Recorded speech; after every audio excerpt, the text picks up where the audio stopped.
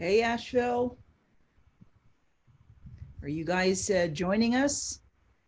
We're going to take a few minutes to get everybody in the room, to get everybody's joining the conversation. So just bear with us. And I just want to let you know out the gate that we have a survey at the end of this presentation that we'd love for you to partake in. I think it's important that we get that data so that the system can see what parents' needs are. We trust we can get you to do that. And we're so looking forward to you all being in on the conversation. You may want to start a separate watch party. That would be wonderful to get your group of friends in on it. So give us about another minute and we'll get started.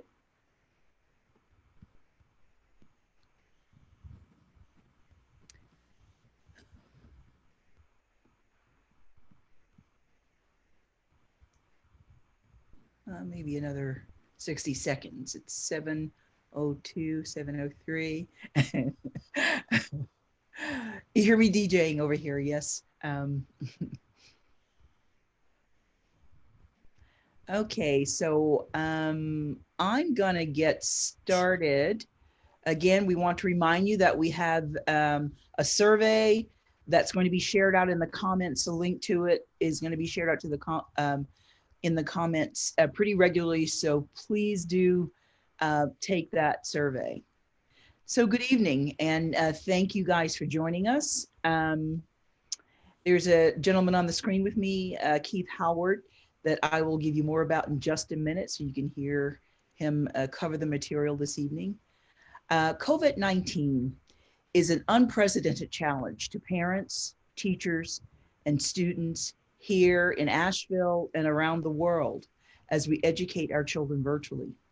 The community welcomed virtual learning, and there are sufficient and compelling reasons for students not to be in the classroom until COVID data trends with lower rates of illness and hospitalization in Buncombe County.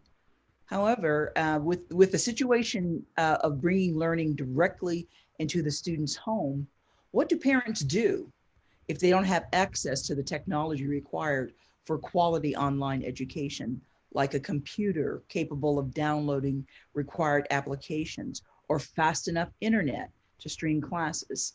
What if parents can't work from home? You know, some people cannot work from home, or parents that are able to work from home are finding it difficult to juggle working at home and the levels of engagement required to keep our children on track. So this evening, our guest, attorney Keith Howard, will address those topics and more. But before I introduce Keith, I first want to let you guys know who I am. I'm Carmen Ramos Kennedy. Many of you know me. I'm the Director of Equity and Community Engagement for BeLoved Asheville and the face behind Asheville in Black.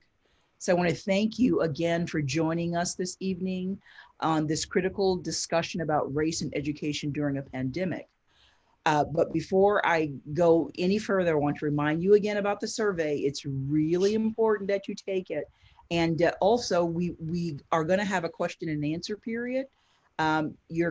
Enter your questions in the comments, and our beloved team members will get those questions to us, and I will share them with our guests. We want to know your reality, by the way. Please take this thing seriously about the survey. What your reality is, you know, as a parent with a child. If you're an educator, we want to know that too. We want to hear from you what your perspective is on it. So please do take that survey. So now let's talk about Keith Howard. Keith Howard, for his entire legal career, has been dedicated to advocating for the invisible and forgotten in our society. He is a caring, compassionate attorney who has shared his talent, skills, and knowledge about advocating for children of color attending North Carolina public schools all across the state. Prior to forming his law firm, he practiced education law with a legal nonprofit, Advocates for Children's Services, a special unit of legal aid, North Carolina, where he served as staff attorney for 6 years. After practicing education law with ACS, He transitioned to full-time law teaching, where he taught education law, special education law, student discipline law, and family law. This man is an educator. In addition to practicing and teaching, Attorney Howard has taught several continuing legal education courses. That's something that lawyers have to do to stay, I guess, up to date on law stuff. And he served in key leadership roles in the community. He formerly served as vice chair of the Durham County Juvenile Justice Provision Council.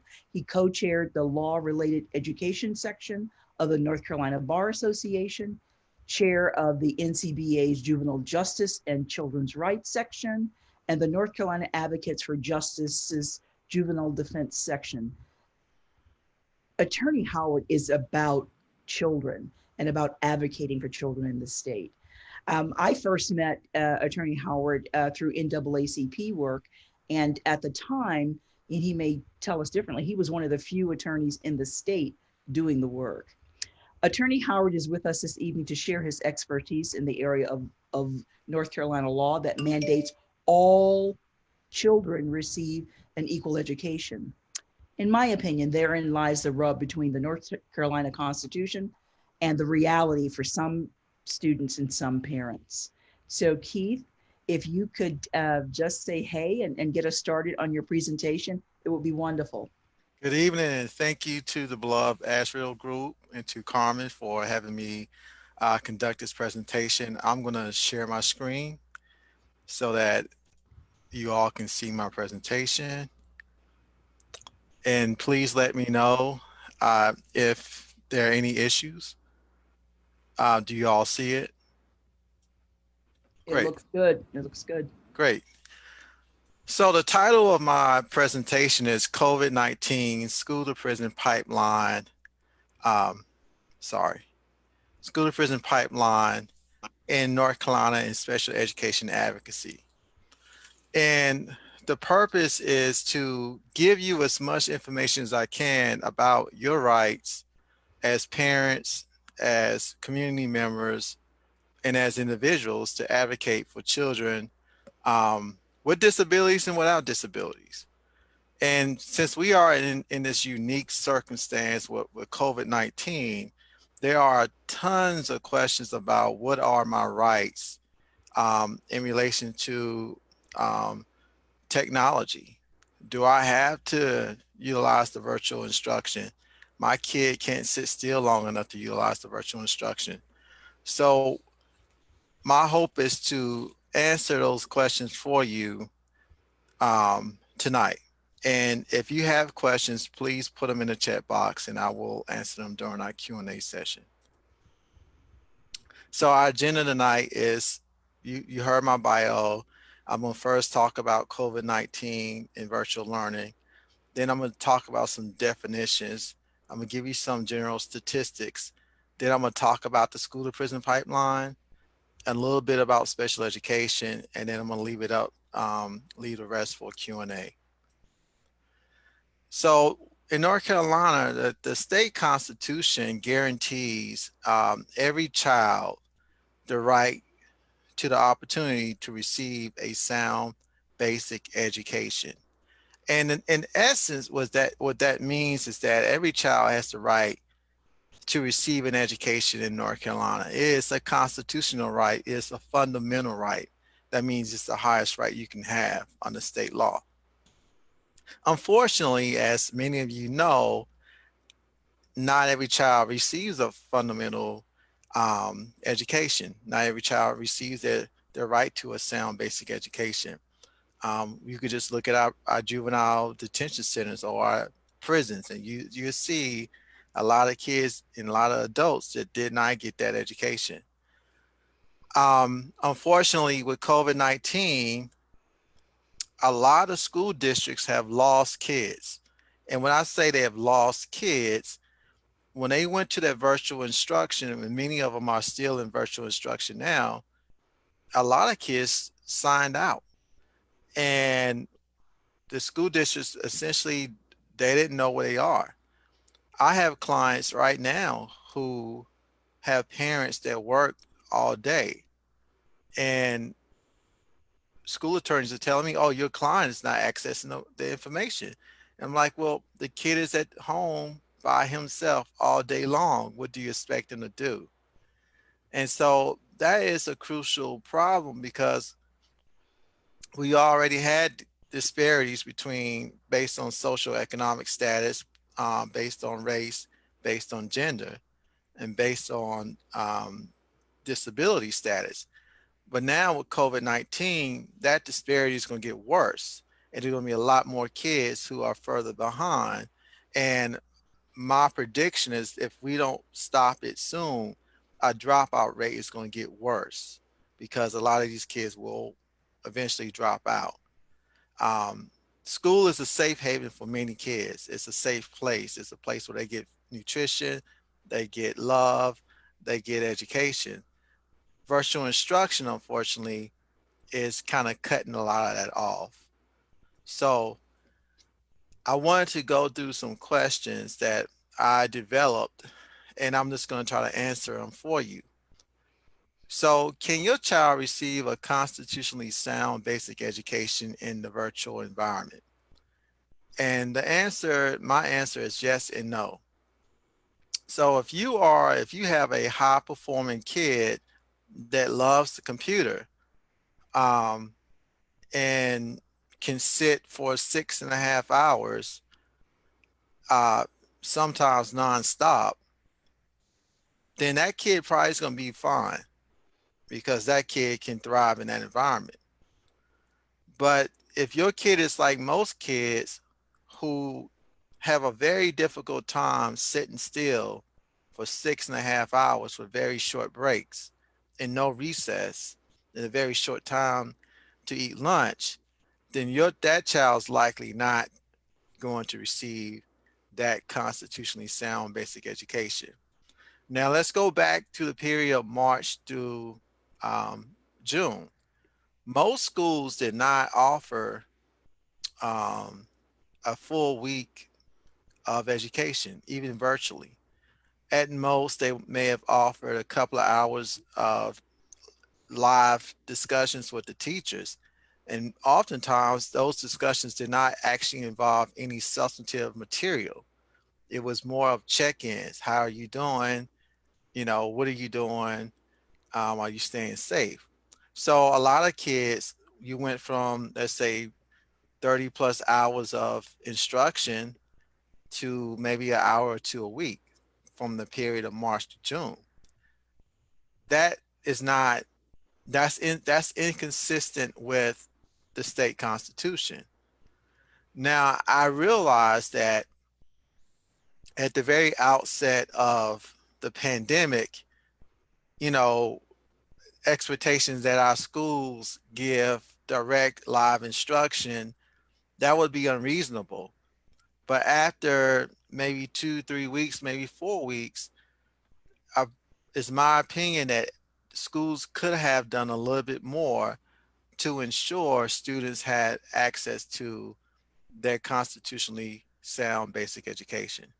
So again, for that first question, my answer would be yes or no. It really depends on the individual child.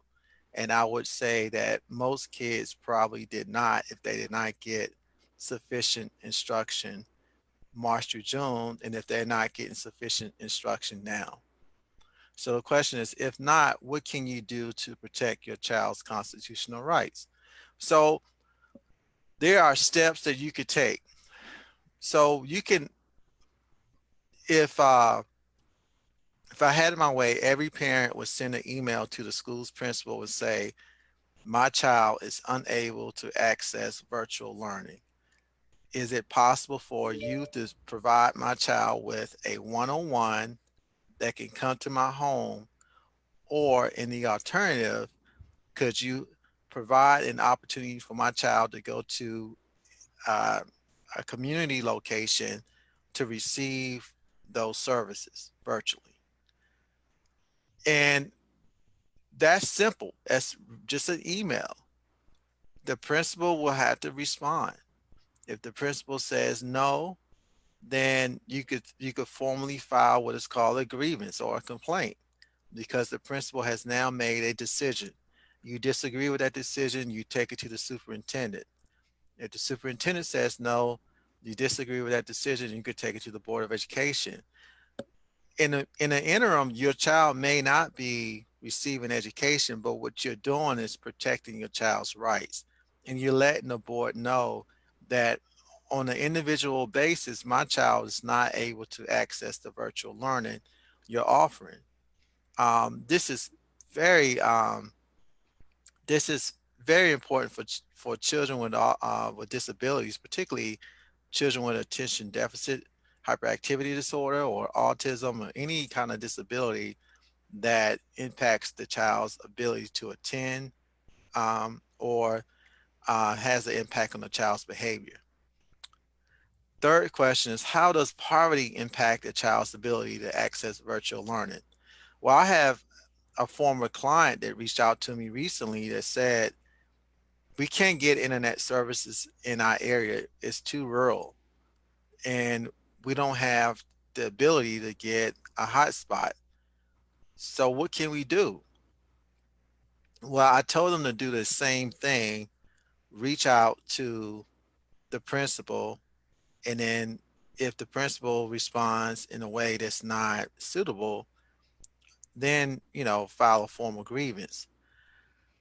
The In that scenario, the principal did give a hotspot, but only to one of the kids, and that was the child with that had an IEP, or the child that received special education. The other three kids did not have a hotspot. So they will try to, initially, they try to use that one hotspot, and in the hours worth of time, the whole hotspot was over. They had used up all the time. So, it's not going to, even if you file the grievance, it's not going to happen immediately, but you setting a record and you letting the board and the principal and the superintendent know that you're being impacted by poverty, and in some cases by location, just the fact that you live in a rural area and you can't afford Wi-Fi or internet, that, or you may not even have a computer. um, in that case, if you don't have a computer, you need to make a request for a computer or iPad. Most schools are giving out computers and iPads, and even some are giving hotspots. You need to ask for it. And when I say ask for it, you need to ask for it in writing. Um, I'm not trying to make you um, loyally, but you also, if when you have meetings with school officials during this time, you may want to ask the school official to record the meeting so that you're able to take notes and listen without, and then you have a record of what was said, so that if something was said that you don't agree with, you can always say, well, this is what you told me, and this is what happened. So ask to record, and it doesn't hurt to ask for the computer, and it doesn't hurt to ask for the hotspot. And when you do that, make sure you do it by email. Um, that way you automatically you have it documented. So what about disability? What about if my child has a disability? Well, if your child has an IEP, which is an individualized education program, or a 504 plan, your child is not only protected by the state constitution, but also protected by federal and state laws. And for each, you are entitled to what is called a free and appropriate public education. If you have an IEP and you can't access the virtual learning, the first word in IEP is individualized. Then that means that your services were not individualized. So if they want you to be on virtual learning, you need to ask for them to individualize your services. And that may mean that they need to send someone into your home or allow you to go somewhere where your child could get the support your child needs. For example, I have a client that's 6 years old, autistic, nonverbal. That child can't read, and that child does not sit still long enough to look at a screen. That child would be a right candidate for either a one-on-one in the home or in-person services. Please be mindful that Governor Cooper did not shut down the schools like he did March through June. Instead, he gave schools options, either Plan B, which is in person partially, and with some virtual, or all virtual, Plan C. So if that's the case, we're not in the same position we were in March through June. So that means that you can go to school, and if you're a child with a disability, if you're a parent of a child with a disability, and you believe that your child cannot sit still long enough to attend to virtual learning, then you may want to make a request for an IEP meeting or a 504 plan meeting and specifically request that your child receive in-person services. Now, it was something that I missed on the issue of poverty, and that is, what about the parent who works all day during the day and is not able to sit with that child? Or what about the parent who had very limited education, him or herself, and is not able to assist that child? That parent should reach out to a community-based organization or some type of group that may be able to help advocate and help them push the principal or superintendent of the board to give you the support you need. You should not be denied your constitutional right simply because you live in poverty or simply because you work full time. Okay. So question 5, and what if your child needs resources such as a computer, internet access, etc.? Again, you're going to want to make a written request, and that could be done by email to your principal.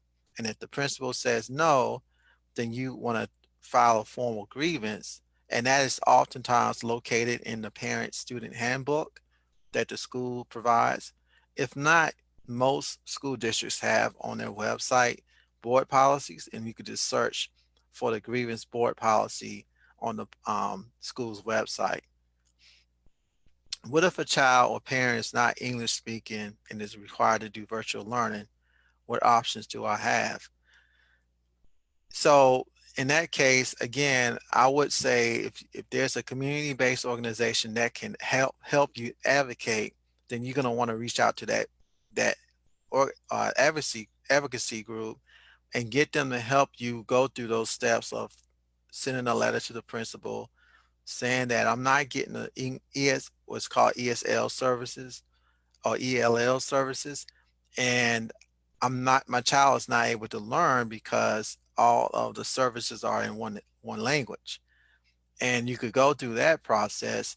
And just the same with if you have English as a second language plus poverty plus disability, all of the steps that I talked about earlier, the same process of, depending on your situation, of writing to your principal by email, file, requesting an IEP meeting or 504 plan meeting, or in this case, even requesting a meeting with whoever is the coordinator over the ESL or ELL program.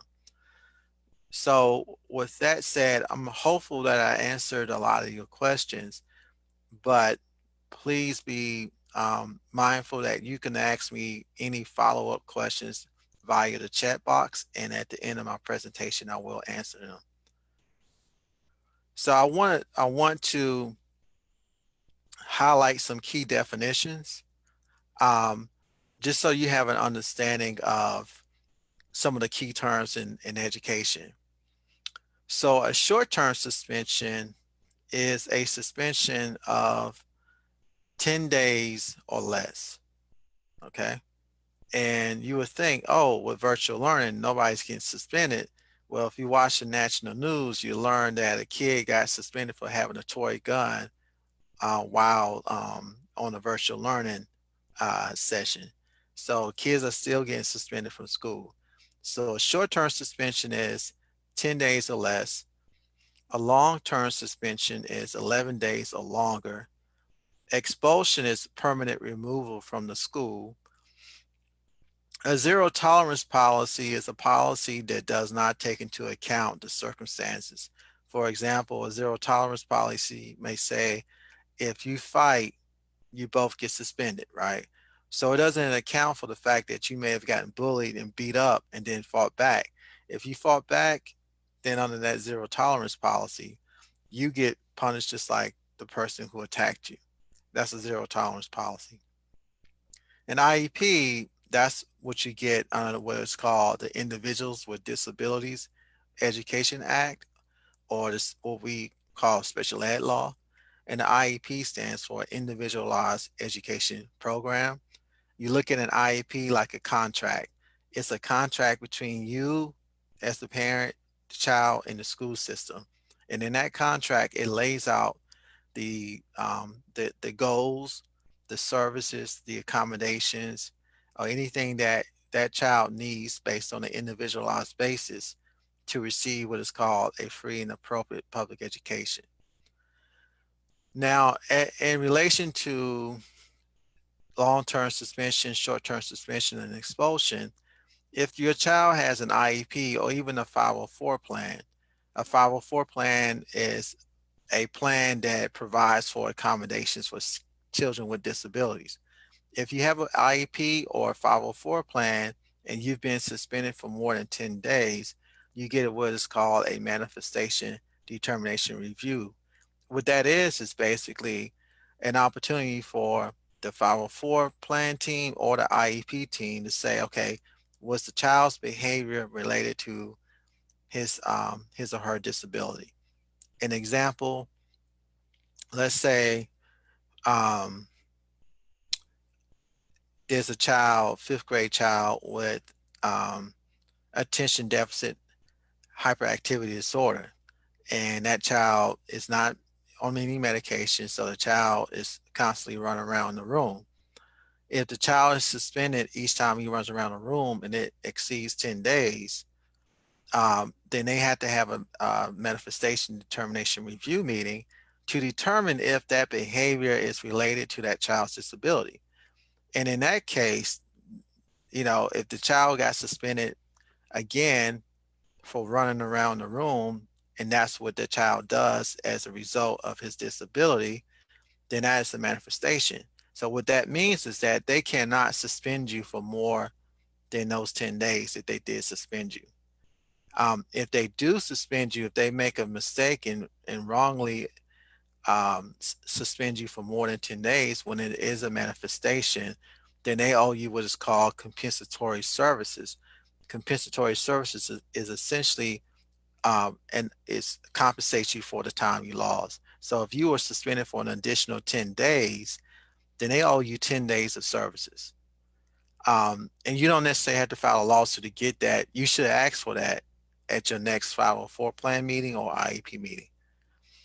So functional behavior, FBA, is a functional behavior assessment. An FBA is for kids who have behaviors. The purpose of an FBA is to determine what is the cause of your behaviors. Why are you having these behaviors? Um, an FBA should be preceded by data collection. Um, so we need to figure out why you're having these behaviors. Sometimes, so for one of my clients, this client has ADHD.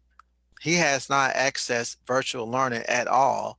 He has a hotspot, he has a computer. His mom works all day. He has not accessed. So what I told the school attorney, I said, we need a functional behavior assessment in his home because his current setting is his home.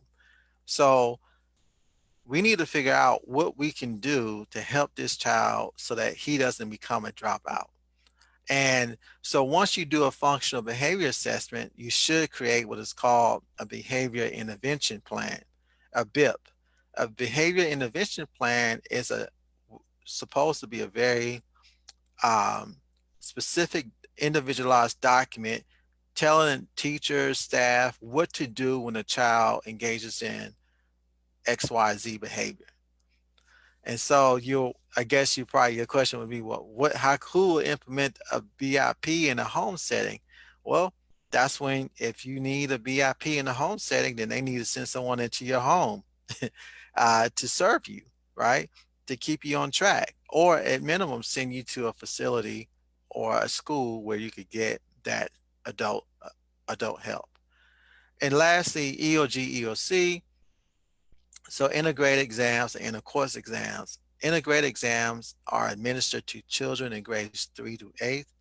It's a test the kid takes at the end in math, reading, and sometimes science to kind of see if the child has mastered the material. Um, it used to be a high stakes test. It's no longer a high stakes test. Inner course exams are administered in grades 9 to 12. And again, those are for core courses. And they give you a snapshot on that day of testing whether or not that child was able to um, essentially receive his or her constitutionally sounded basic education. And sometimes those scores are tied to um, the child's final grade. Um, so please, if you have questions about any of these definitions, um, just send me a question in a chat box. I'm gonna move to the next slide. Okay, so school to prison pipeline. So what is the school to prison pipeline?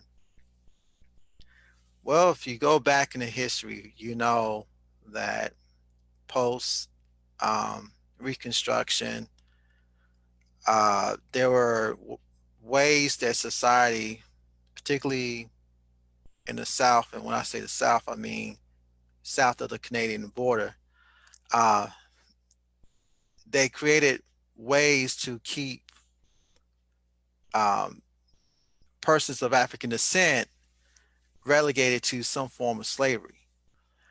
And what we see with the school to prison pipeline is just a new manifestation of that. And what I'm saying is that in my practice, I remember back in the mid 2000s, I was in Guilford County juvenile court. There was a baby about 6 years old that had a meltdown in his class, kindergarten class. And I'm sitting there watching, and the judge says, "I'm gonna put you on probation. Do you know what you did?" He said, "Tuck your arm." I say, "Whoa, what did the kid say?" He said, "Tuck your arm." The court appointed attorney said, "Your Honor, he tugged the principal's arm. She charged him with assault." The school resource officer charged the child with assault. So this child was 6 years old, was barely taller than the table. The judge is just reprimanding this child as if the child even understands what he's saying, because the child clearly had a speech impediment, and he seemed to be, he seemed to possibly have a disability too. Uh, and we all know that behavior is a form of communication. And and I'm only predicting this because I don't know the child, probably when the principal came to him, he was having a bad day, and he tugged at her shirt, her arm, in a way of trying to express himself. And the principal took that as, as an assault on government official. And so he was charged as a juvenile. Now imagine going to court when you're 6 years old, and unfortunately he was a black boy, um, and she was a white older female principal. And so that's the school to prison pipeline. You already put this kid into the system. So the expectation is that this kid will eventually end up in prison. And I wouldn't be surprised if this kid did end up in juvenile court again, because if he was getting charged that young, then imagine what was happening when he got a little older and he still didn't have the ability to communicate. So the formal definition of school to prison pipeline is that it is a system of laws, policies, and practices that push students out of schools and into the juvenile and criminal justice systems.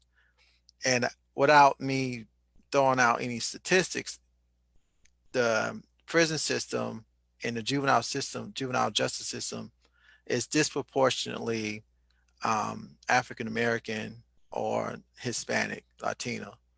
Uh, but yet African Americans and the Latino community don't represent, you know, it's that disparity, right? It's they don't, you know, African Americans are 12% of the population, but we represent almost more than 50% of those in prison or on probation. And we definitely represent, represent a higher percentage of those in juvenile detention, at least in North Carolina. So I want to talk about some general statistics. So in North Carolina for the 2018-19 school year, there were 238,679 in-school suspensions. Now, in-school suspension varies across the board. There are schools that ensure kids receive services during in-school suspension, but at least my clients, they don't receive anything during that period of in-school suspension. It becomes almost like a jail. You put them in school suspension, you leave them there. They don't learn anything. Okay. Um, there were approximately 355,000 days missed due to in-school suspensions last year. I mean, the 2018-19 school year. Short-term suspensions, there were 203,298. Those, remember that a short-term suspension is an out-of-school suspension of 10 days or less. Now, not every suspension, short-term suspension was for 10 days, but imagine if you got 4 10-day out-of-school suspensions. Well, you know, that's 40 days. And that will likely lead to academic failure. With those short-term suspensions, you'll notice that there was a disparity based off of gender. Males represented the majority. Females represented 55,000. Males represented 148,000. Long-term suspensions. Remember, a long-term suspension is a suspension for 11 days or longer. The average long-term suspension was 73 days. If you miss 73 days of school, there are only 180 days. If you miss half of the school, you're likely going to fail that year. There were 587 long-term suspensions. Expulsions, there were 23. So you look at that number and say, that is great. There are not many expulsions, but please be mindful that if a child is expelled, that child cannot come back to school. If a child is expelled and say the child goes to Georgia or Alaska or Washington, D.C. or wherever, and that child has an expulsion on his or her record, more than likely there's no public school that's going to accept that child back into their program.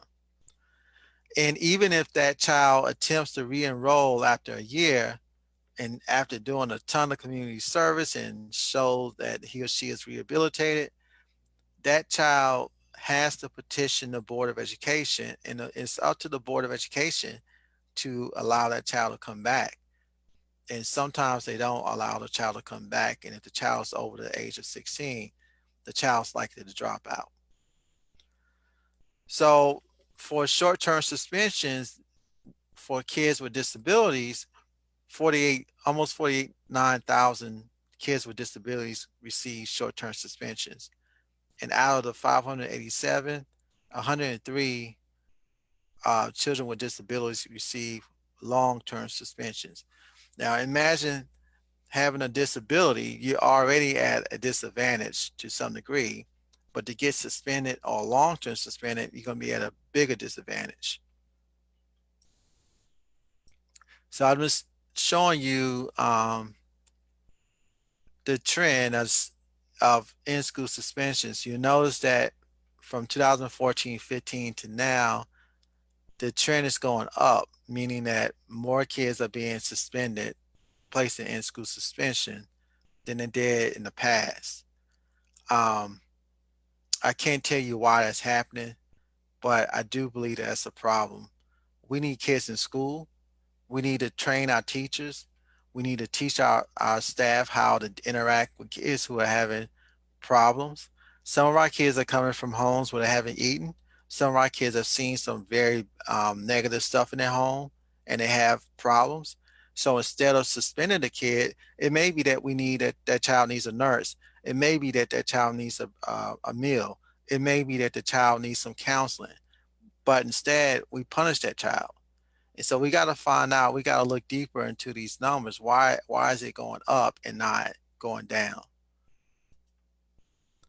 In school suspensions, when you look at race, you'll notice that the bulk of the in school suspensions were issued to Black children.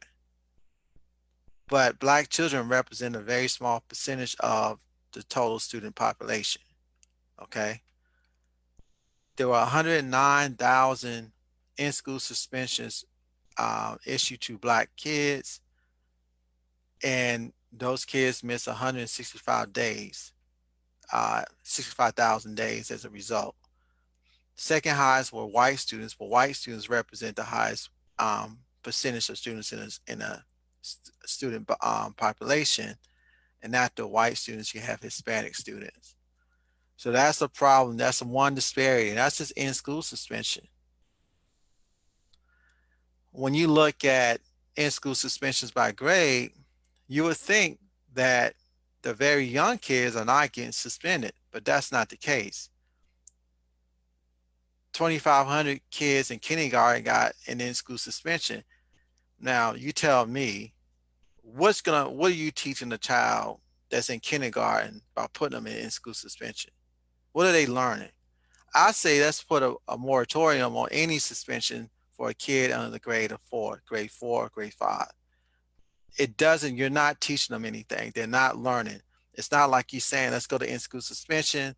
We're going to go through and do some mediation. I mean, some yoga. We're going to learn why whatever you did, which I can't imagine a kid doing anything in kindergarten that would yield a suspension.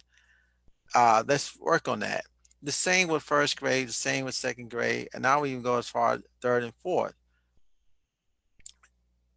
I don't think that we should see any child in those lower grades should ever be placed in school suspension.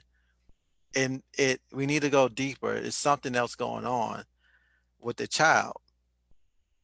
So without belaboring those statistics, I just wanted to let you see them. Now, you look at the children who received in-school suspensions and what were their disabilities. The highest number were those with learning disabilities. The second highest were those with what we call other health impairment, which means that the child has some type of medical condition that's negatively impacting the child's education. And then you have children with serious emotional disability, and then you have kids with autism.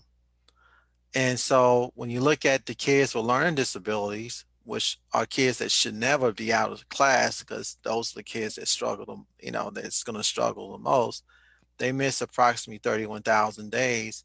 And then other health impaired miss approximately 24,000. So there's a problem there also. I'm not saying you should not ever discipline a child with a disability, but when you have these high numbers, you need to take a step back and try to reflect on how can we reduce this number, especially for our most vulnerable students. Short-term suspensions. I want to look at short-term suspensions by race. I talked about the number already, but as you can see, Black students again represented the majority. White students were second, but white students represent the highest percentage of students in a student population. And then Hispanic students represent 22,000. When you look at these numbers, again, and we think about the school to prison pipeline, a lot of these kids who engage in what I call minor behaviors, those same minor behaviors are punishable in juvenile court. For example, a child who gets into a simple fight, can be not only short-term suspended from school, but also referred or petitioned in juvenile court for the same behavior. So the child could get suspended from school and have to go to court for the same behavior. That's part of the school to prison pipeline. That's why there's a push to remove school resource officers out of our schools and put more counselors into our schools. Um, when you look at the short-term suspensions and you look at the categories of those kids with with disabilities, again, you see the majority of those are children with learning disabilities, and then you follow up with children with other health impaired. Again, when you're dealing with school resource officers and discipline, there's no prohibition against suspending or arresting a child with a disability. And the problem is that oftentimes these children do not understand or know how to communicate. And as a result, they end up getting in trouble. And then you have an officer who arrests them or a principal who suspends them. Um, these also are the kids who are a lot less likely to perform well on these integrated exams or intercourse exams. So long-term suspensions by race, um, you saw the numbers. There were, I believe it was about 580, but the majority of the kids that are suspended long-term, and the average um, length of a long term was 70 plus days. The bulk of those students are Black. Um, Second highest were white, but again, white students represent the highest proportion of students in education right now. And then third is Hispanic students. You look at gender, of course, there are 454 males were long-term suspended, 133 female. And again, when you look at long-term suspensions by disability status, the majority are learning disabled children or children with category classified as other health impaired. And I apologize if it feels like I'm going fast, but I have a lot of information I want to get through before 8:30. So please, if I missed something or you had a question, just make sure you ask the question. Expulsions, again, expulsions are permanent removal. Um, there Out of 23 students expelled during the 2018-19 school year, 26% or six of those students had some type of disability. Um, Here you see that three had learning disability, one had serious emotional disability, and two had other health impaired. To permanently expel a child with a disability is a problem, especially when we have alternative schools or other ways to serve those children. Expulsions by race, again, it were only 23. 65% were given to Black students, 22% were to white students, and 2% to Hispanic students. And again, we don't represent African American students or Black students. They do not represent 65% of the student population. So it's disproportionate contact there. Uh, so when a child is suspended, the school has the option of instead of suspending the kid, of placing that child into an alternative school. It's called a disciplinary alternative assignment. And if any of you are in education, you'll realize that most of the times, most of the alternative schools that are for disciplinary reasons tend to be very poor performing. Um, and so when you send in a child that's already having behavior struggles to a poor performing school, you're going to get a poor outcome. And that's oftentimes what happens when these kids are assigned to these alternative schools. they tend to come back worse off than they went in.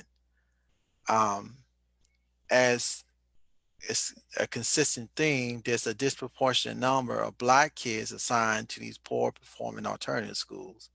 Out of the 4,354 alternative school placements, more than 50% were given to Black students. And again, you look up your alternative school for disciplinary reasons, you'll see that those schools tend to be very poor performing. So I want to talk about the school to prison pipeline process a little bit. So how it starts is that, you have a student in school and the student engages in some type of behavior, let's say a fight. Well, that fight is going to lead to a suspension, and the school to prison pipeline is also going to, lead to a school-based court referral and a school-based arrest.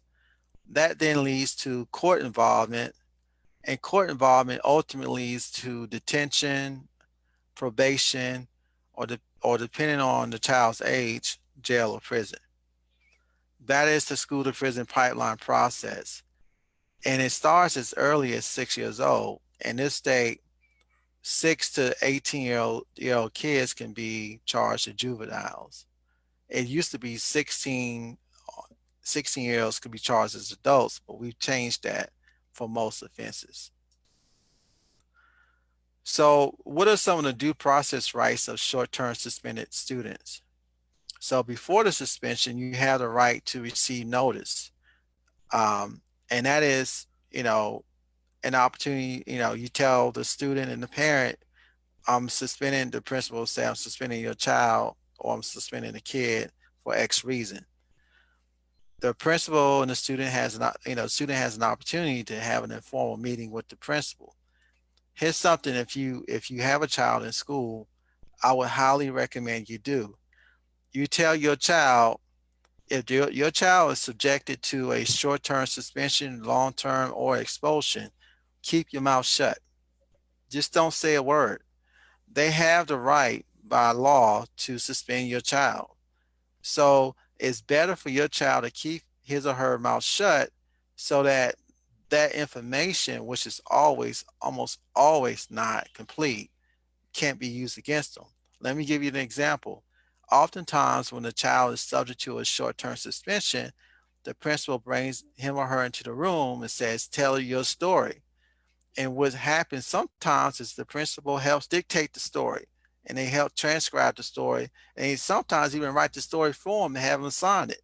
And guess what? The story, when they do that, the story always fits within that particular policy.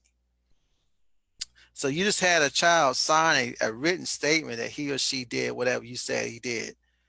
Guess what? There's no, that same statement is a statement against interest. Now, if that child is arrested for that same event, same incident, you got a written statement against that child that can be used in the court of law. So it's best for your child to just keep his or her mouth shut and say, I want to speak to my mom. I want to speak to my dad. I want to speak to my aunt, uncle, my brother, my sister. Keep your mouth shut. They can suspend your child no matter what. I've never known, I never had a situation where the child opened their mouths and started talking and it ended up being a positive outcome. It almost always ends in some type of punishment. So again, before the suspension, the child receives notice, have an opportunity for an informal meeting, and it could be as simple as, did you do it? No. Okay, you're suspended. That's it. That's all you got to do. They got to be told what they're being charged with. They have an opportunity to make a statement, but oftentimes it doesn't happen. The notice to parent doesn't happen until after that meeting typically. And unless the Board of Education gives you this right, you don't have a right to appeal it. But during your short-term suspension, you do have the right to take your textbooks home. You have the right to receive missed assignments and materials that were distributed while you were out, and you also get to take makeup exams. So what are some problems with short-term suspension? Is that, again, you don't get to appeal it. So if the principal made a mistake, it's not appealable. You can't challenge it. And what are some collateral consequences to that? Let's say you were short-term suspended in the ninth grade. You're an A student. You were short-term suspended. You didn't do it. Somebody lied and said you did it, but you didn't do it. You were short-term suspended. Well, when you apply to college, or you apply to McDonald's, or you apply to the military, and they say, have you ever been suspended or punished while in high school? Guess what? You got to check off that box. And that could be a reason why a school doesn't accept you. That may be a reason why an employer doesn't employ you. And that could be a reason why the military may not accept you. So there are collateral consequences to having any type of disciplinary action while you're in high school. So again, there are no additional due process for you, so you can't appeal. There's nobody overseeing that um, suspension. Uh, your makeup work may not automatically be approved or provided. You don't have a right to review evidence, and you don't have a right for your parent to meet with the school. Now, that the meeting with the parent, that typically happens because most parents will push for a meeting, but oftentimes it happens after all the damage has been done. And once that's in your permanent record, it's in your permanent record, unless you seek to get it expunged from your permanent record. So long-term suspensions and expulsions. So if you're long-term suspended or expelled, the process looks like this. There's an incident. You go through the same short-term suspension procedures. The school principal then makes a recommendation for long-term suspension or expulsion. There's a request for hearing. Here's where it gets problematic. Is a request for hearing, most parents don't understand or know that this is a very legally based process, this hearing, because when whatever record you make, whatever you do during this hearing, you will be appealing it. So this is the request for hearing, and the hearing is when you have to put on your evidence, because if you appeal it to the Board of Education, um, which is the second hearing right here, if you can see my um, arrow, you can't put on, boards normally don't allow you to put on new evidence. So at that first hearing level is when you want to hire an advocate or an attorney. Ideally, you would hire an attorney to come in and help you put on your best case, especially if your child's innocent. Now, your child, if you know your child did it, then don't waste your money. But if your child is innocent, you really believe your child is innocent, you want to get a lawyer. And, of course, my law firm is available, but there are, lawyers that work for Legal Aid of North Carolina or Disability Rights of NC that may be able to represent you for free. So I would not go into the hearing by yourself. In the past, there were typically 3 teachers that worked directly for the principal that decided your fate. We call it a kangaroo court. You're never going to win in that environment. So you got your best bet is to put on your best evidence so that when you do get before the Board of Education, the Board of Education tends to be more reasonable than the original hearing, you have a better chance to put on a good case. So again, you have the right to bring an attorney or advocate. You have the right to put on evidence. You have the right to cross-examine witnesses.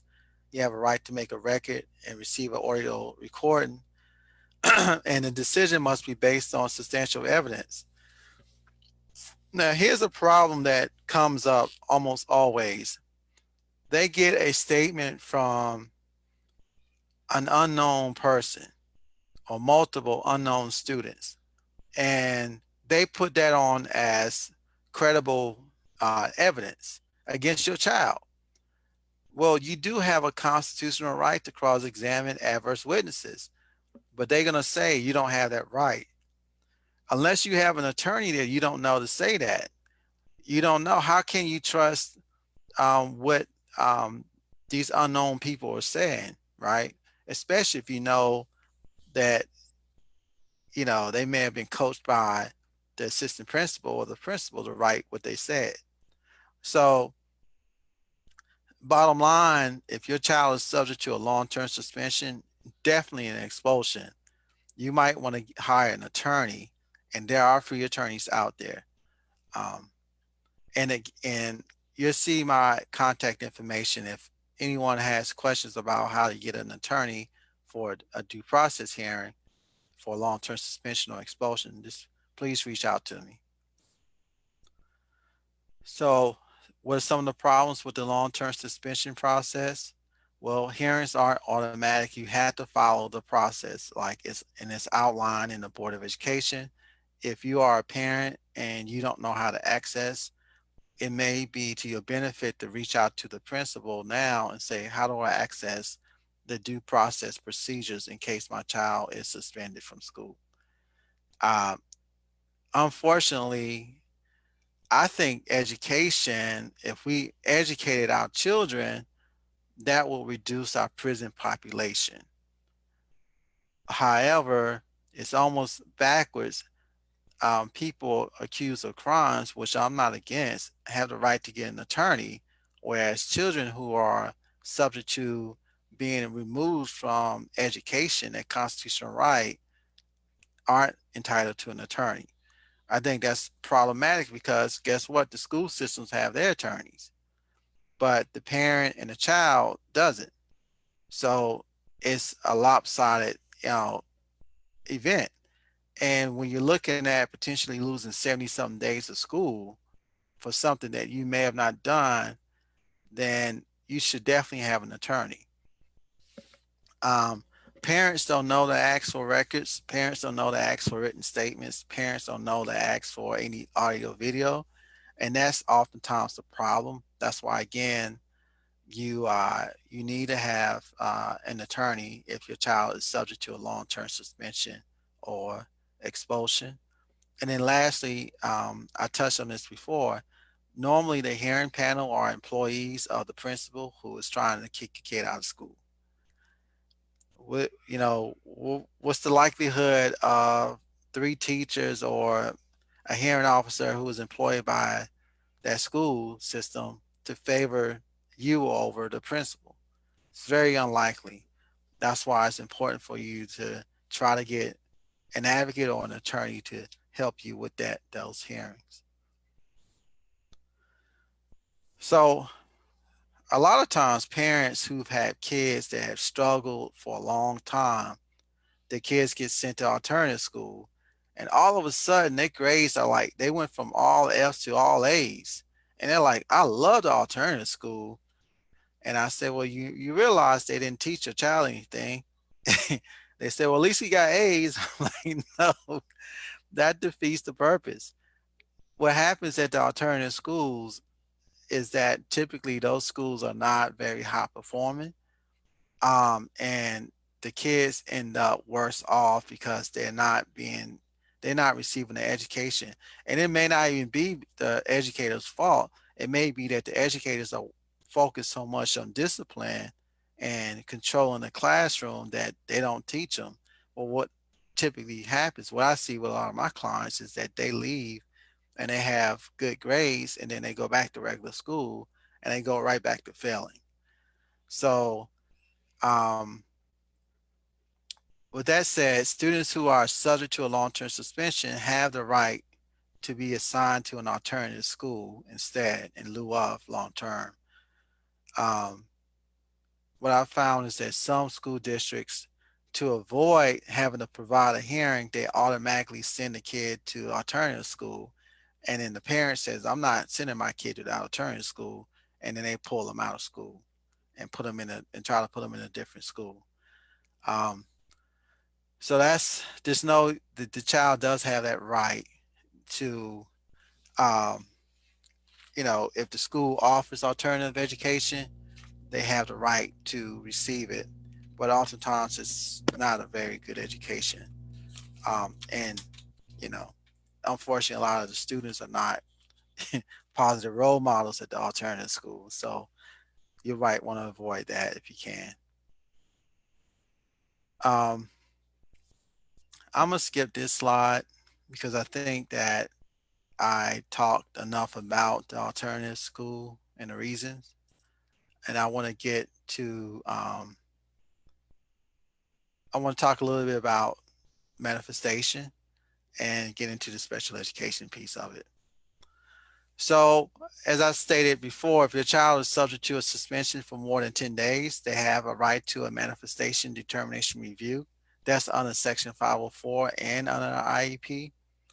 And what the team has to do is look to see if the behavior was directly related to your child's disability or directly related to the school's failure to follow the IEP.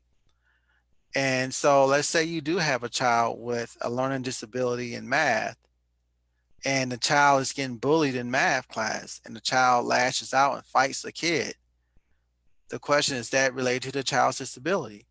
I would argue yes, because if it's in math class and the kid is getting bullied because he can't do math and he fights because of that, it's a manifestation of his disability. His disability may be a learning disability in math, but it's in a math class and he's getting teased and bullied because his math is poor. So I will argue that it is a manifestation of his disability. And if it's a manifestation of his disability, that this kid can't be suspended for any further. They have to stop. Unfortunately, what happens is schools tend to wait until after the 10 days are up to hold the MDR. The MDR should be held within the 10 days, not after the 10 days. So if it's held after the 10 days and your child is found to be a manifestation, then you have the right to ask for what's called compensatory education. Um, we kind of talked about this. There are still schools that engage in corporal punishment. Amazing, but there are. Bus suspensions are huge, because if you get suspended from the bus and you don't have another way to get to school, then you essentially been suspended from school. And I would argue that a bus suspension will likely implicate your constitutional right to a sound basic education, to the opportunity to receive a sound basic education. Um, again, nothing stops school systems or school resource officers from arresting kids and sending them to court. And then we talked about disciplinary reassignments to alternative school. Keith, I'm just going to Yes. pipe in really quick because this is making me crazy. Is it legal for schools to punish kids, corporal punishment in North Carolina? Yeah. I mean, it's up to the school district. Most school districts don't do that. Oh my God, that is Yeah, I insane. remember getting paddled when I was in school. Oh yeah, I understand, but so did I. I went to Catholic school, and they whipped you for everything. But I didn't think that that was something that happened contemporarily in schools. Anyway. Hmm. Very few school districts. My last remember, I think it was Robeson County, Hmm. um, not Cumberland County, but Robeson. I think Robeson and one of those really rural, um, Native American high population counties that were engaged in that type of behavior. Yeah. Okay. Uh, yeah, I don't, it's kind of scary. I would think that wouldn't want to do it because it would lead to liability, in my opinion. Yes. But you know, Okay. I was each just school curious. district, yeah, each school district has that right. Yes. Um, so I'm gonna skip this one about disciplinary reassignment because I already talked about it. Mhm. Okay, special education advocacy. I think this is important. I'm gonna spend the next 20 minutes just kind of talking about it. I'm not gonna go through each slide, but um, I just want to give you a kind of overview. There are two, there are three laws that really are implicated in public education related to disability. There's what is called the Individuals with Disabilities Education Act. That's where kids get IEPs. Then you have Section 504, the Rehabilitation Act. That's when kids get 504 plans. You got FERPA, which is the protection of your records. You got North Carolina law, and you got North Carolina policies governing services for children with disabilities. And there's another federal law, Title II of the Americans with Disabilities Act. If you have an IEP or if you have rights under the Individuals with Disabilities Education Act, you automatically have protections under Section 504 and Title II of the Americans with Disabilities Act.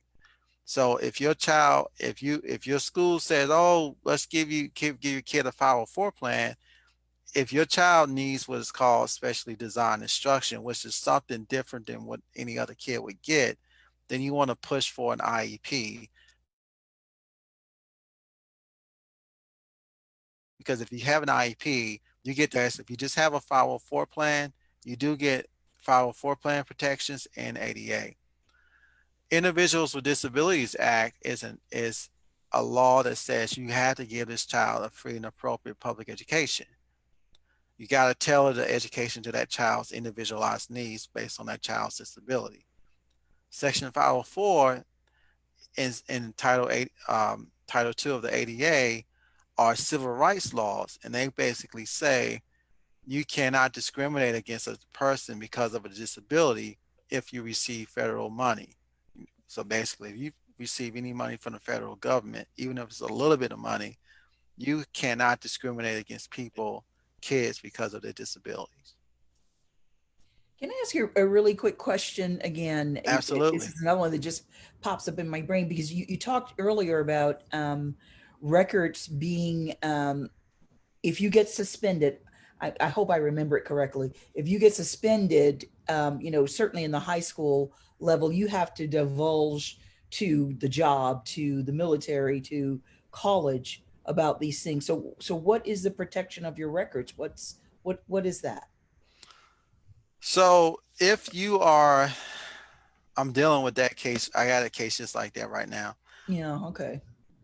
So if you suspend it, this most boards, the statute says that after the age of 16 Mm-hmm.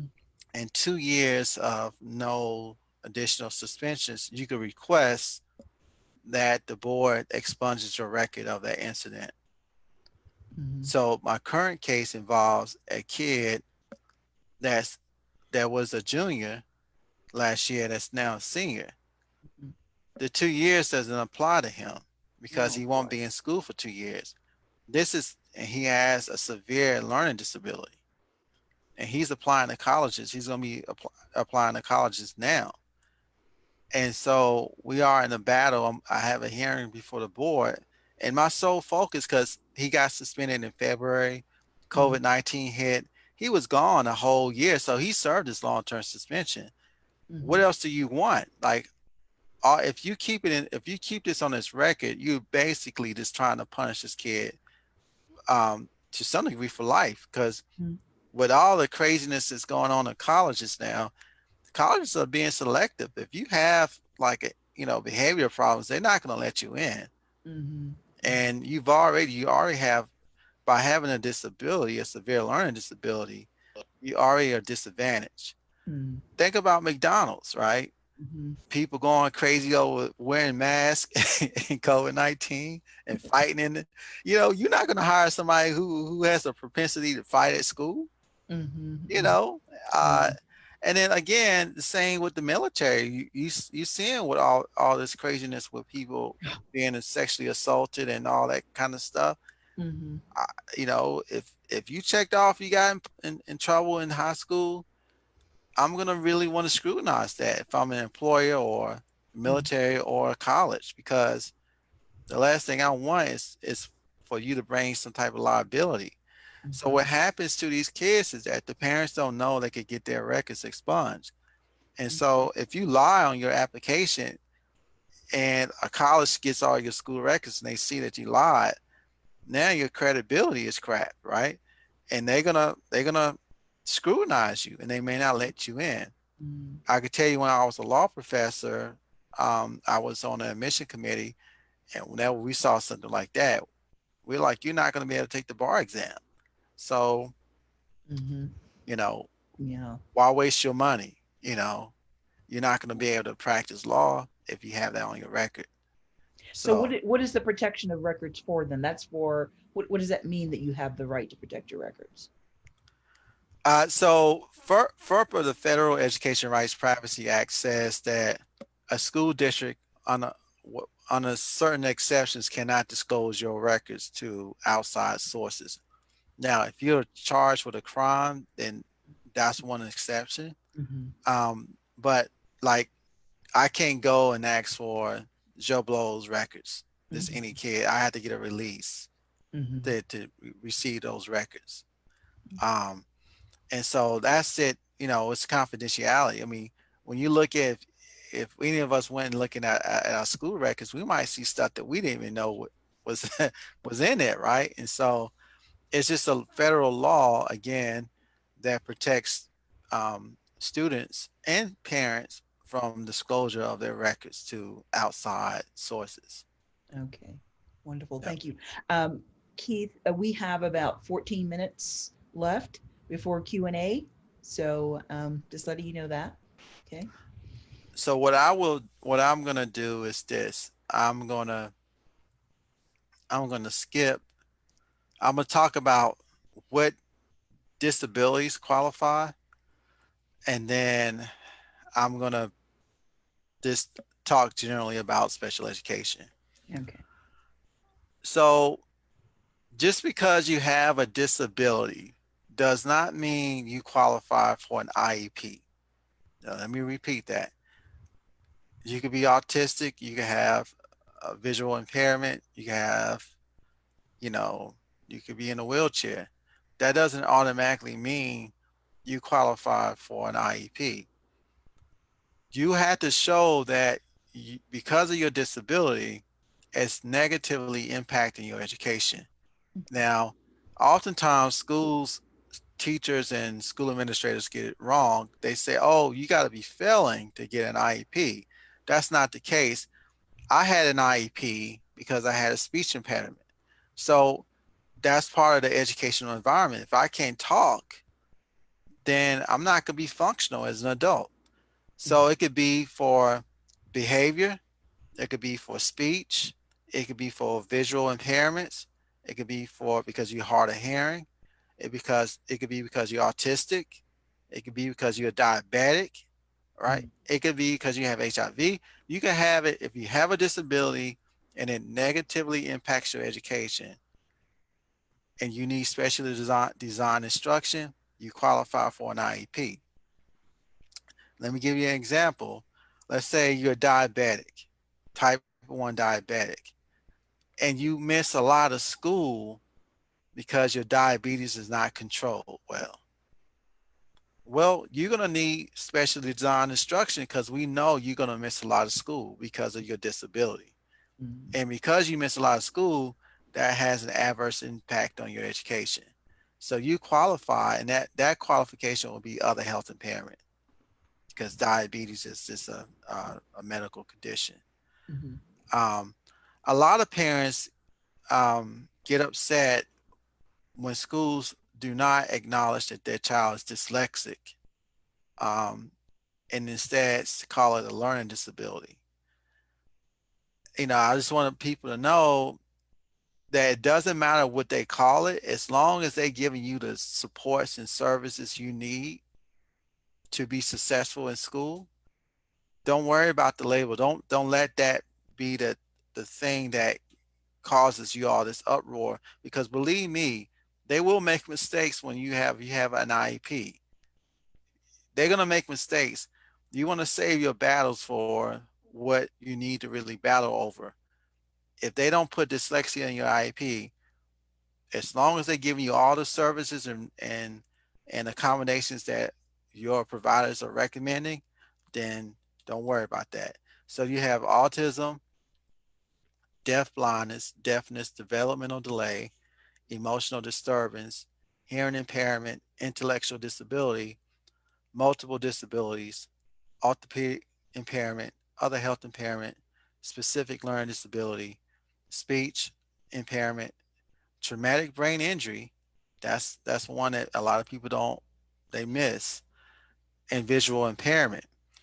And so just to give you a little bit of history about special education, many people don't know that the impetus behind the what led to this disability rights movement was the 1954 Brown versus Board of Education decision. That decision said that you cannot discriminate against African American children simply because of their race. Well, the disability rights movement used that information to say, well, you shouldn't be able to segregate kids with disabilities simply because of their disability status. And there were a lot of strong cases brought, and then that led to the Individuals with Disabilities Education Act.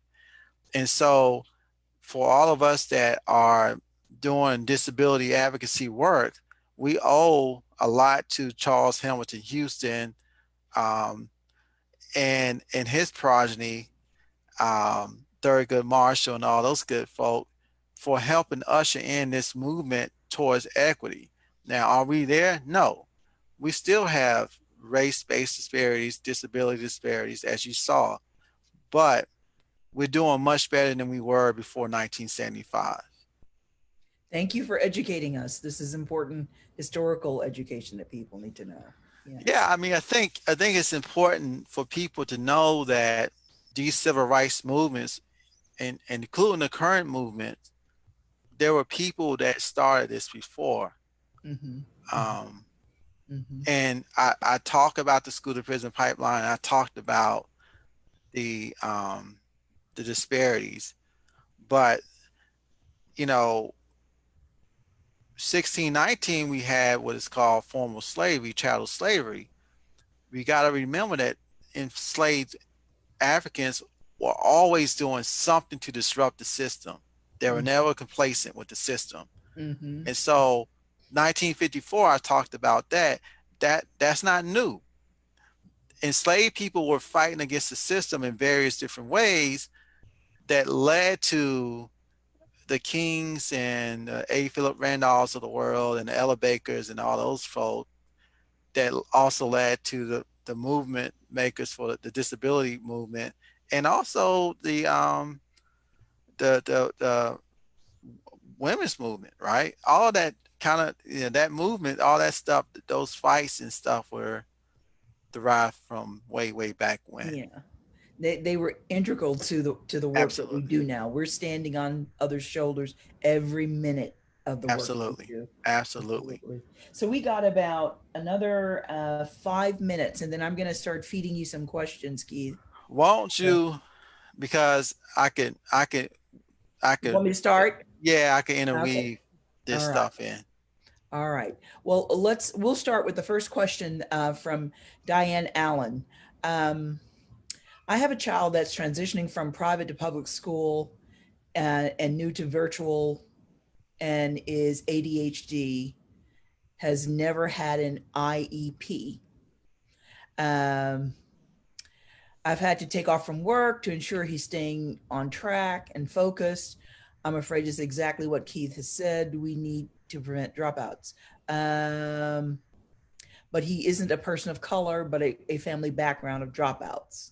So I suppose she's asking, she doesn't really ask a question. She makes a statement of, you know, what can you say quickly about that? Okay, good.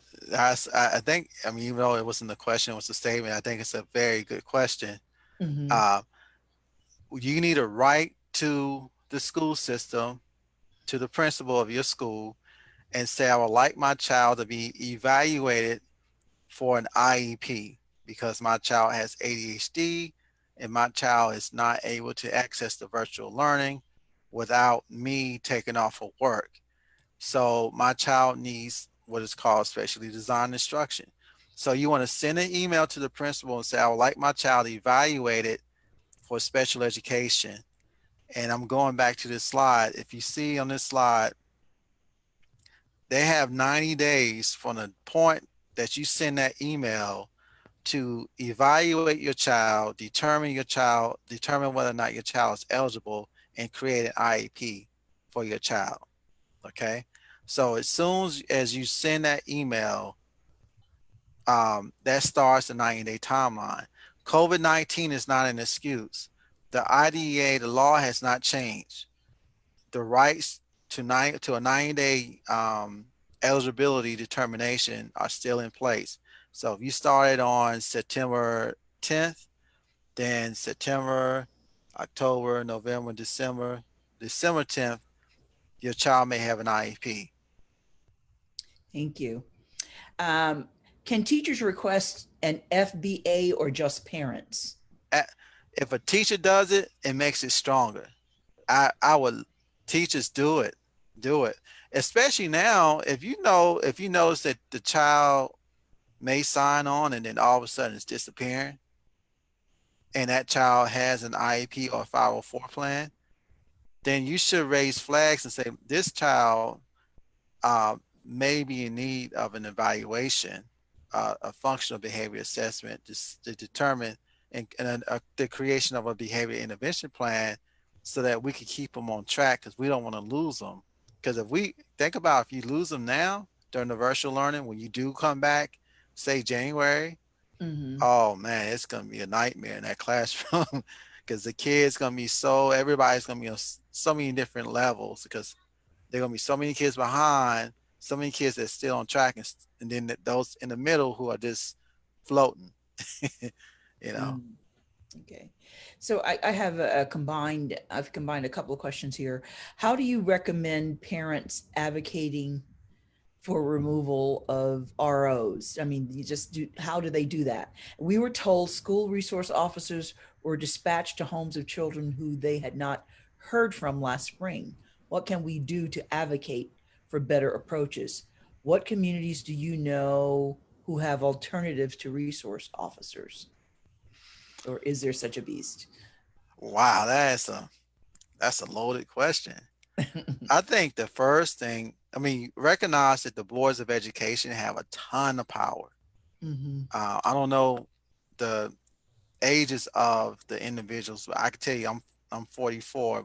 I didn't have school resource officers, Mm-hmm. and I ended up okay. Mm-hmm. There were a lot of fights in my school. You know, people got in trouble. People smoked drugs. They did all the stuff that kids are doing now, except without the technology. They didn't get to showcase it. But Mm-hmm. we didn't have SROs. And actually, because we have SROs, the numbers of juvenile arrests have gone up. Almost 47% of all juvenile cases derive from the school system. So how do we get rid of these SROs? I don't know if you saw most recently a parent made a request. I forgot what state. She needed help with her autistic child who was having a meltdown. Mm-hmm. Officers came and they ended up killing the kid. Yes. Yeah. Ah. Okay. So there are two ways of looking at this SRO thing. We keep the SRO in the school, then that SRO should not be going through the same training that a regular officer goes through. That SRO should be trained on how to deal with children, particularly kids that don't fit like in a box. So I say my clients who are disabled, they are circles. Schools are squares. They want my circle to fit in that square, and that's not how it does it. So we got to make that square more circles so my kid could fit in it, my disabled client. SROs are looking strictly at the square. If you don't fit in that, if you're a circle and you're trying to fit in that square, then you're going to be an outsider. SROs are not entitled to receive or know information about your child because an SRO, by definition, is a police officer that Mm-hmm. is assigned to your child's school, just like he would be assigned to some street or community. So they don't have the right to have access to your information. So how are they going to treat your kid who's having a meltdown or your kid who is running around? or your kid who was kicking over chairs in the classroom because they can't process something. Mhm. Well, the SRO is going to treat your child like a criminal because in his eyes, his or her eyes, as they see. Um, I had a client, autistic client, in an autistic class, in a class for autistic children. He had a meltdown because somebody moved his book, something that small. They moved his book. He had a meltdown. The teacher called the SRO. SRO came into the room, put the kid in handcuffs, picked him up and slammed him so hard he ended up with a dropped foot because it messed up the nerves in his foot. Oh my God, no. Yep. I got that kid into private school, but Mm-hmm. he still have that drop foot problem. Um, so how we get rid of them? You got to organize the community. Mm-hmm. I don't know. I think BeLoved Asheville is a group that can help you organize to push SROs out and bring in counselors. You know, let's take this police state, right? We got police in our schools. Our kids have to come to school and see somebody with a freaking gun. That's not, you know, it's, and then when you bring in race, especially now with Mm. post George Floyd, uh, golly, you know, it's like you got officers now. That's just, so start with the community, get a community-based group, and push the board to do the right thing and get rid of these SROs. The other thing you do is do a um, public records request and see how much money the board is paying the police or the sheriff's department for these SROs. And if they're paying 100 some thousand, you could get you 3 counselors for that amount of money. Mm-hmm. You might even get you a nurse. you know, so you got to push your board, and then you got to take it. You got to get with other community groups in other counties, and then push the legislature to mandate that those monies that are being given out to police officers and sheriffs instead be provided to extra teachers, smaller classes, to counselors, to nurses, to the appropriate, to psychologists, to the appropriate folk to help. A lot of our kids are coming into our schools with mental health issues, and we're treating these mental health issues as behavior problems when in fact they should be treated as such as mental health issues. So we should approach them from a mental health perspective. Instead, if the kid is acting up in class, we want to punish the kid and get rid of that problem. And then the problem get worse. And when the kid comes back, nothing has changed. Yes. Like that's like sending a kindergarten in school suspension. What do you expect to happen? Nothing. He just got out of class. Now he might do it again. Mm-hmm. So community organizing, pushing your state, your board of education, and pushing your state legislature to make change. Thank you, Keith. Okay, Asheville has one of the worst disparities by race in the state. How do we advocate for equity, especially now? What would be your blueprint to move the needle on equity here? What actions can we take that would be the most impactful? I know we're asking you a lot, but try Okay, it. I think the best approach, the best way to do that, and there are 2 school systems in Asheville, Mhm. right, Carmen? Yeah, this, Okay, the city, Asheville City Schools and Buncombe County that's Schools. right. Mhm. Okay, guess what? You need to get board members. Mhm. The board dictates everything. You gotta train up board members to get off the board members that are not acting in your interests. These disparities, academic, discipline, whatever the disparities are, have been there for a very long time. They entrenched. So the first thing is to get rid of the board members who are opposed to making changes. And when I say changes, I mean you gotta, like, if you have these disparities, we know that smaller classroom sizes help. We know that providing nutrition helps. we know that having mental health supports help, right? Um, Particularly when we're dealing with kids that are coming from poverty, kids that are coming from dysfunctional families, kids that may have mental health struggles. In order to get those kids on the level of a kid that's coming from a square middle class home, you gotta replicate whatever that kid in that middle class home is getting. You need to give that kid that service, that experience in school. Then you'll start seeing a difference. It could be done, but the first thing you gotta do is get good board members. Once you get good board members, then this is the hard part. You gotta get employment. Mm-hmm. You got to get the families employed. Because when the mom and dad is so stressed because of money, sometimes they take it out on the kids. But guess what happens if they have housing? If they could put food on the table, if they have transportation, then they may not be as stressed. They may not take it out on their babies, right? Mm-hmm. So employment, essentially getting rid of poverty or mitigating the damage of poverty. A living wage. Make Mm-hmm. sure people have a living wage in your community, right? Make sure that ban the box so those who are coming out of our prisons have the ability to get a decent job and make a decent living and take care of their families instead of recidivating and ending up back in prison. When you pull that man and that woman from their home because they couldn't find work, they were on probation, they they they went to the underground economy again because nobody would hire them. Guess what? You're keeping some people in poverty. Mm-hmm. So you got to find a way to ban the box on these applications. Now, I talked about the kids, so I'm talking about the adults. Yeah. You know, ban the box, and again, organizing your community. I'm amazed that all these other communities that were able to push for defunding the police. And when we say defund, we're not saying get rid of the police. We're saying reallocate some of those monies to, Divest. yeah, that's it, to some other places so we can help create Mm-hmm. a healthier community. Mm-hmm.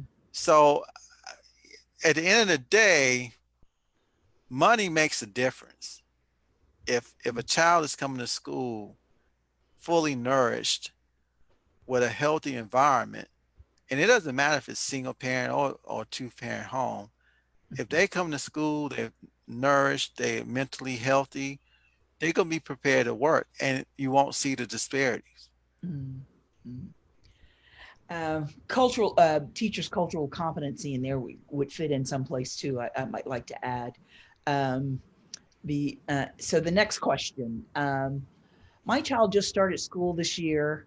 They are having such a hard time, daily meltdowns, and remembering that the community did buy into virtual learning. I'm going to add in there.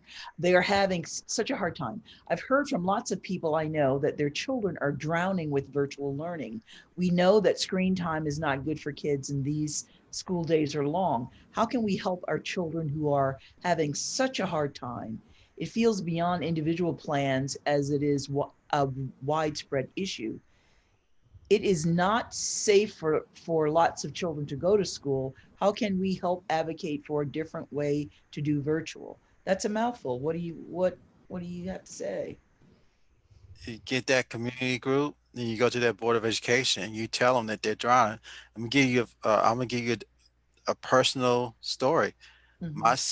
My young 6 year old, she just turned 6 in May. She cries every day. Her schedule is 9 to 3 o'clock. There's no recess. There's one short 30-minute break for lunch.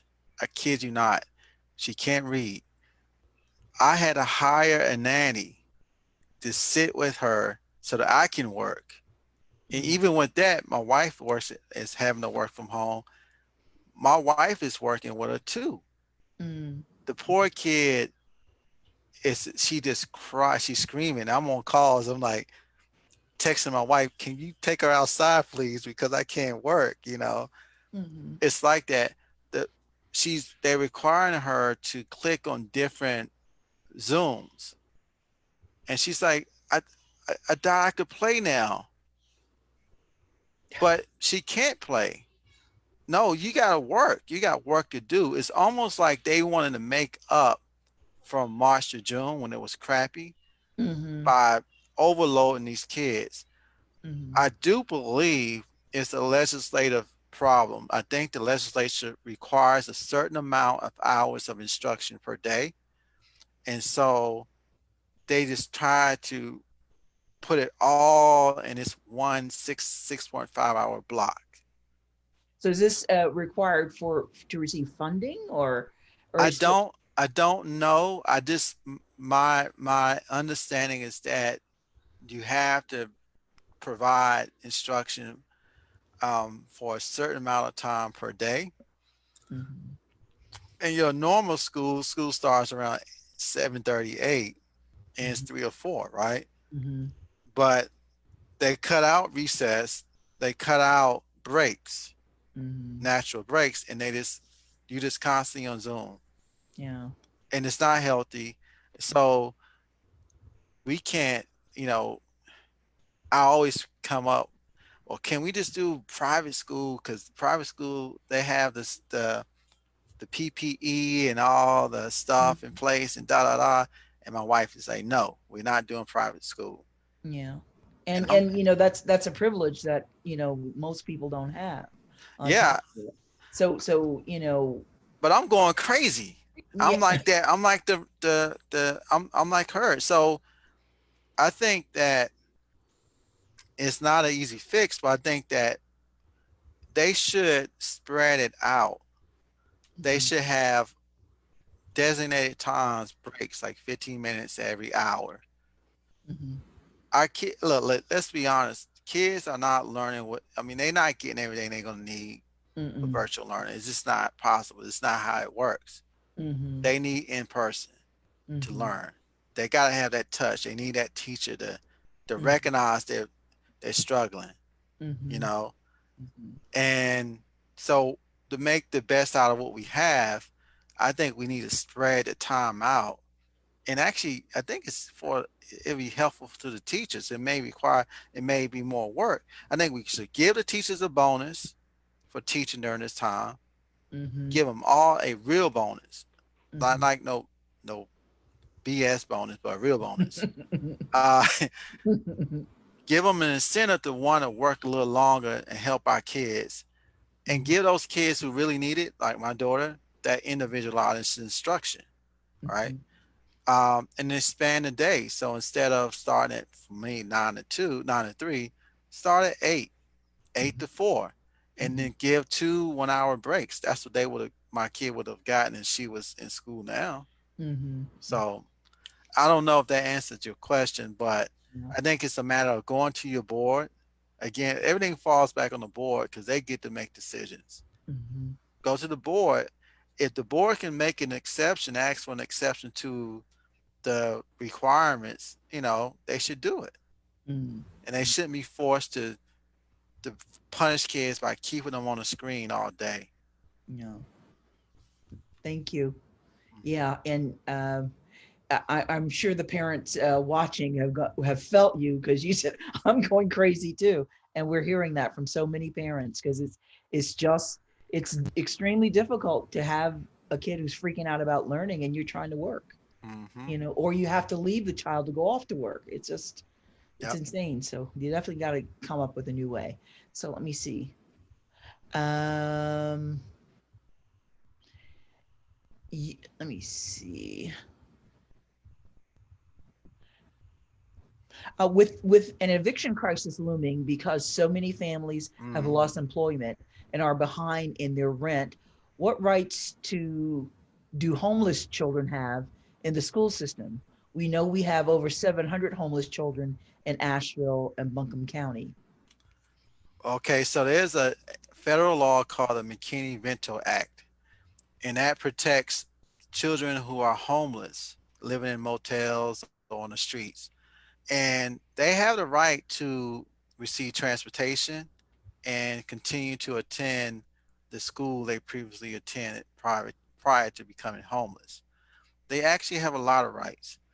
And so the best thing to do is recognize who those kids are Mhm. and educate them.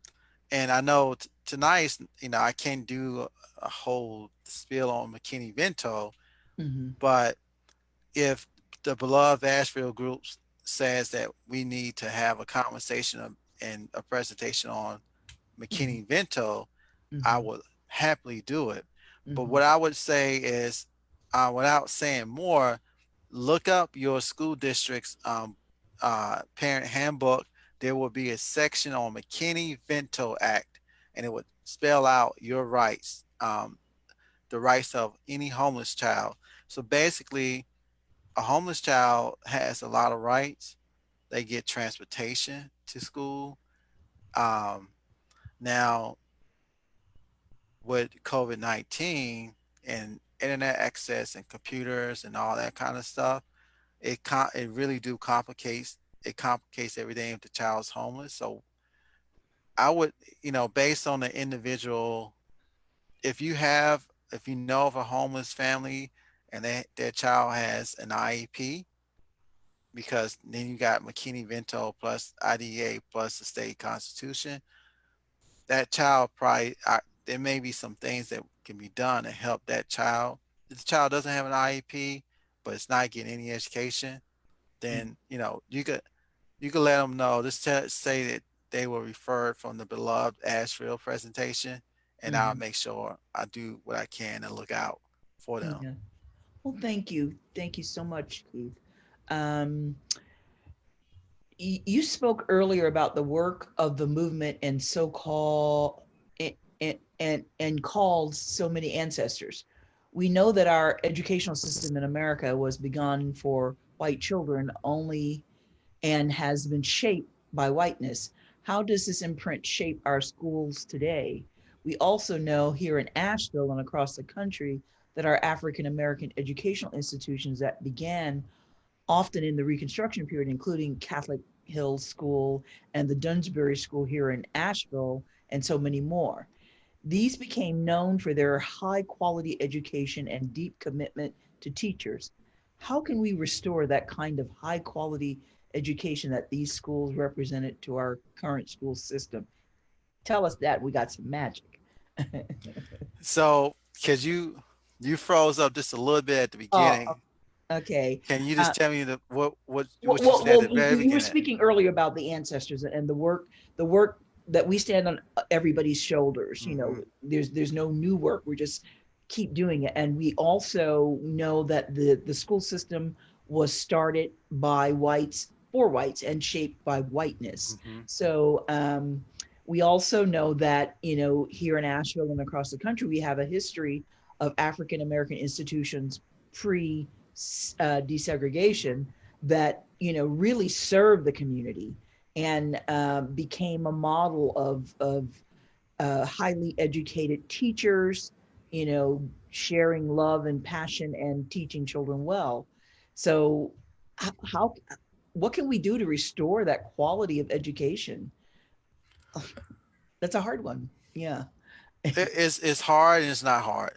Mm-hmm. Um, so let's put it in context. In the context of you had these high quality, that was during the period of segregation, Mm-hmm. and there was this level of urgency amongst particularly African American teachers and African American high institutions of higher education. Most of these schools, like my alma mater, Winston-Salem State University, was a teachers college, right?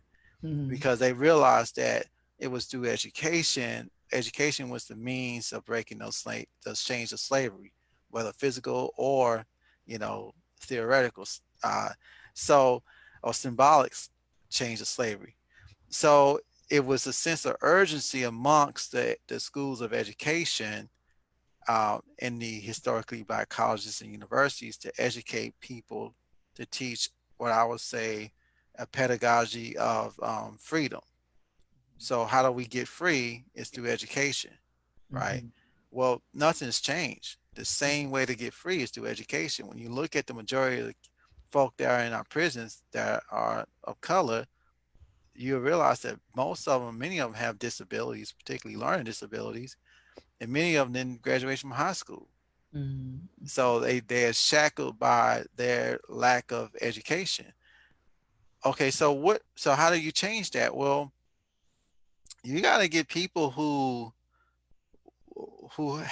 still want to teach, you know. Unfortunately, some of our teachers come from other industries, and you know, it's not like their profession, they're just doing it and they want it to be easy. But if you talk to any old school teacher, they'll tell you it wasn't easy, because every child is different. Every child comes with something different. But what we have is these pressures to, have our kids pass every single test they take, these standardized tests. It's tied to money, the pressure from school systems, from administrators, from boards of education. And so you got to dismantle the current educational structure, which is based off an outdated model, and retweak it and retool it and recreate an educational system that is geared towards teaching everybody, not just middle class white males. How do you do that? You got to shoot up the system, blow it on up, and start over fresh. Because I'm gonna tell you where the killing fields are, where we teach where our teachers are being taught how to kill our minds. I call them the killing fields. It's in our schools of education. That's where they're not getting taught how to be culturally competent. They're being taught to teach middle class white males.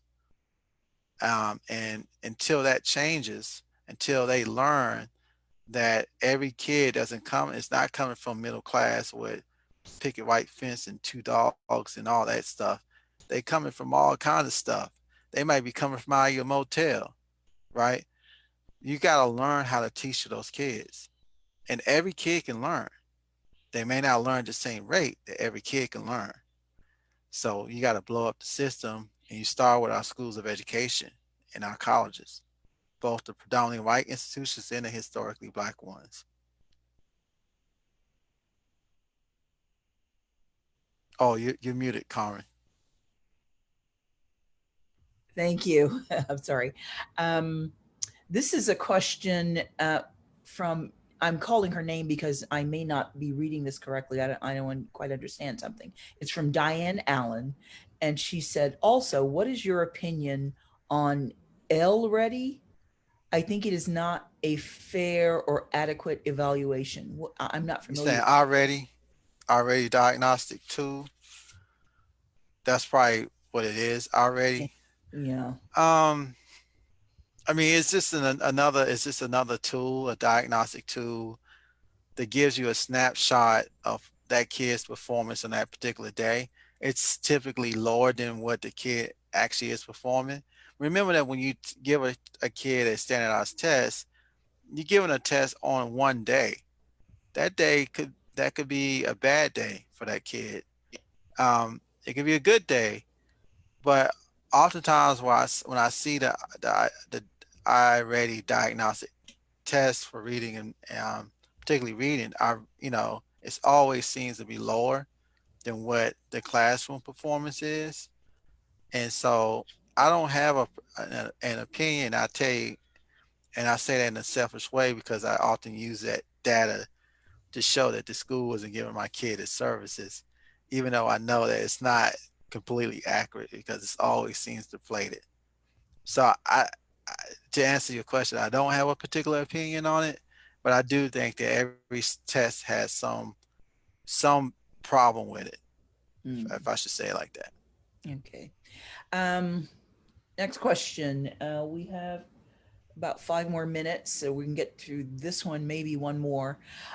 Could they legally move summer 2021 to this winter, and so we can use that time for in person instead? Yes, bonus for all teachers. Does that make sense to you? That makes that totally make. I was one of I said shut the schools down, stop it. Mm-hmm. Mm-hmm. I said that we should have stopped schools.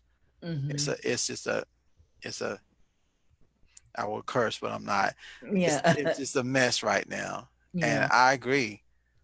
Until we get COVID-19 settled, why are we constantly having meetings with the board? Shut them down for now. Hmm. Stop all evictions. Hmm. Uh, give people an opportunity. I mean, send out those stimulus checks for every month. Give Hmm. every family $5,000 so that they can survive, and then start over in the summer. Hmm. I agree with that.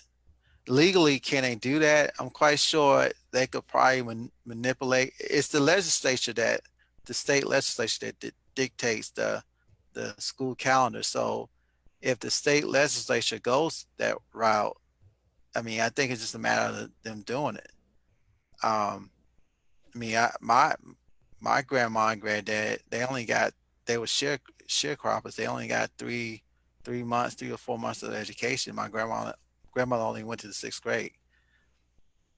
She seemed okay.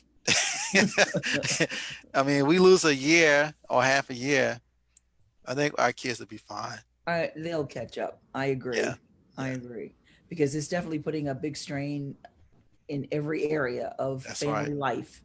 So I don't have young children at home, but I'm hearing from a lot of my younger family friends with their kids, and uh, I can only imagine with my two girls if they were at home. Oh my goodness, I wouldn't have a strand of hair in my head.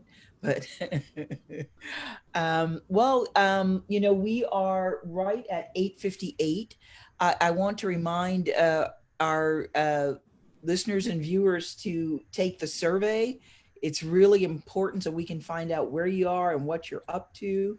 And I want to thank Keith. He gave us a history lesson, gave us a legal lesson. He's an amazing person. And Keith, if you would share your information, it's on the screen. But if somebody needs an attorney, could you just say your stuff out so they know how to reach out to you? Absolutely. If you need an attorney, I not only do education law, but also auto accidents. So if you get in a car accident, feel free to give me a call. If you have any kind of issue related to education, private or public, give me a call, and including university or college level. My Mhm. number is 1-800-341-3931 or 704-612-4151. And you can reach me by email at info at khowardlaw.com. And then my website is khowardlaw.com. www. Yes. Well, thank you so much, Keith. And I also want to thank you for your offer around children that may be experiencing homelessness. Somebody put in notes here that we do happen to have two homeless coordinators as part of the school system, but I don't know.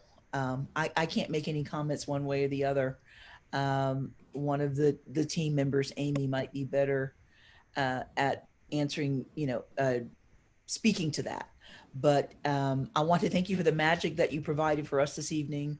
It was wonderful. I hope that our viewers got a lot out of it. And I don't know, maybe Keith, in a background conversation, we'll talk about places where people can go and get resources, Mhm. and I can share that out to the community if you're good with that. Oh, yeah, absolutely. And well, thank you so much. We absolutely appreciate it. Thank you. This, virtual is a pain, but this is a miracle. Look what we did in an hour and a half, 2 hours. So once again, thank you so much, Thank you. and we'll be seeing you again soon. Okay, Okay. y'all have a great night. Okay. Thanks so much. Bye bye.